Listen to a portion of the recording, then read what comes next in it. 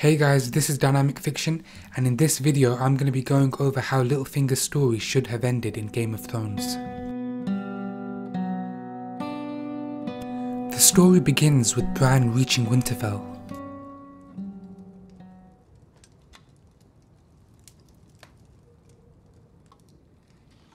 Anything I can do for you, Brandon. You need only ask. Do you know who this belonged to? No. That very question was what started the War of the Five Kings. In a way, that dagger made you what you are today. Forced from your home, driven out to the wilds beyond the wall. I imagine you've seen things most men wouldn't believe.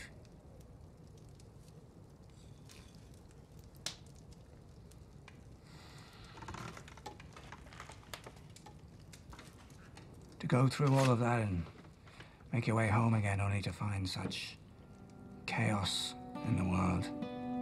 I can only imagine. Chaos is a ladder. After this little threat from Bran, Littlefinger decides to immediately leave Winterfell. Soon after Littlefinger leaves, Bran talks to Sansa. He hands her the cat's paw dagger and he tells her the truth about Littlefinger. Littlefinger now travels south and he tries to not be seen by anyone. However, along the way, he does hear many whispers about Jon, Daenerys and the White Walkers. He then arrives at King's Landing. He asks for a meeting with Queen Cersei. This is just after the Loot Train battle where Cersei lost to Daenerys. Cersei then agrees to meet with Littlefinger and she brings the mountain along with her. She tells Littlefinger that he deserves to die for everything he's done, but he defends himself and says that if he dies, Cersei will lose everything, her throne, her family, and her life. After he says this, Cersei begins to listen to him. She asks him what he can offer her, and he tells her that the key is the North, and that Jon and Daenerys will eventually make an alliance against her. After this, there is a meeting of truce called at the Dragon Pit.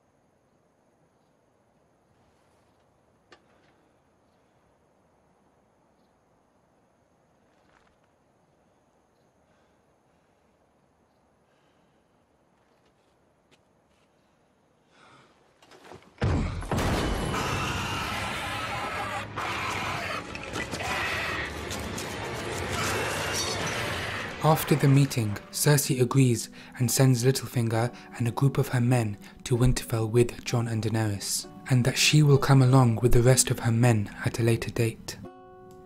Jon, Daenerys and Littlefinger leave for Winterfell as Jaime prepares the rest of the armies. What are you doing? Preparing the expedition north. Expedition north? I always knew you were the stupidest Lannister. The Starks and Targaryens have united against us, and you want to fight alongside them. Are you a traitor or an idiot? You pledged our forces to fight our common enemy. I'll say whatever I need to say to ensure the survival of our house. You expect me to trust the man who murdered our father? You expect me to command our troops to fight beside foreign scum? To fight for the Dragon Queen? You saw it with your own eyes. You saw a dead man trying to kill us. And I saw it burn. If dragons can't stop them, if Dothraki and Unsullied and Northmen can't stop them, how will our armies make a difference? This isn't about noble houses. This is about the living and the dead. And I intend to stay amongst the living. Let the Stark boy and his new queen defend the North. We stay here where we've always been. I don't believe you.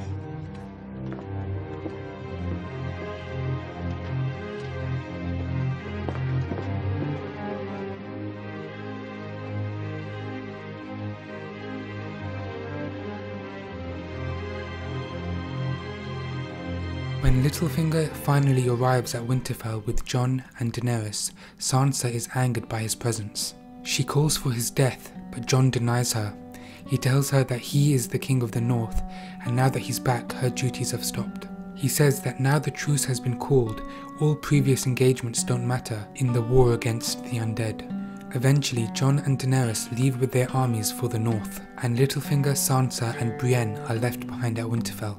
They are surrounded by the northern men and the Lannister guards sent by Cersei. Brienne protects Sansa from Littlefinger as she mistrusts him.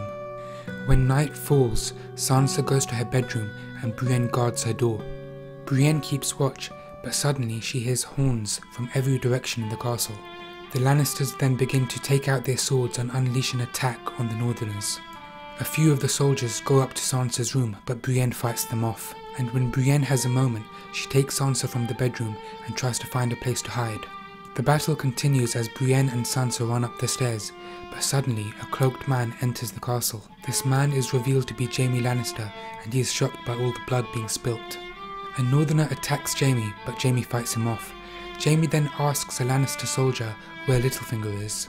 He tells him that Littlefinger has gone up with some soldiers to find Lady Sansa. Jaime then climbs the stairs, and he sees a few dead Lannister soldiers along the way. He keeps walking, but eventually he sees something in front of the room. It's Brienne's dead body, her eyes wide open. Jaime closes her eyes and he enters the room. He then sees a couple Lannister soldiers tying up Lady Sansa. Littlefinger greets him and says that Cersei has asked for Lady Sansa to come to King's Landing. Jaime then takes his sword out and kills the Lannister soldiers. He kicks Littlefinger to the floor and unties Sansa. When Sansa gets up, she sees Littlefinger wriggling around on the floor in pain. She then sentences him to die, and Jaime lifts his sword up to behead Littlefinger. And just before Jaime is about to swing, Sansa stops him. She says, "The one who gives the sentence should swing the sword." She then takes out the cat's paw dagger and slices Littlefinger's throat. Littlefinger then dies, and Jaime takes Sansa and escorts her out of Winterfell. And that was the end of the first video in this series. There are many parts to come, discussing all the remaining Game of Thrones characters and what will become of them. So make sure you subscribe and turn on notifications so you are informed for my next video.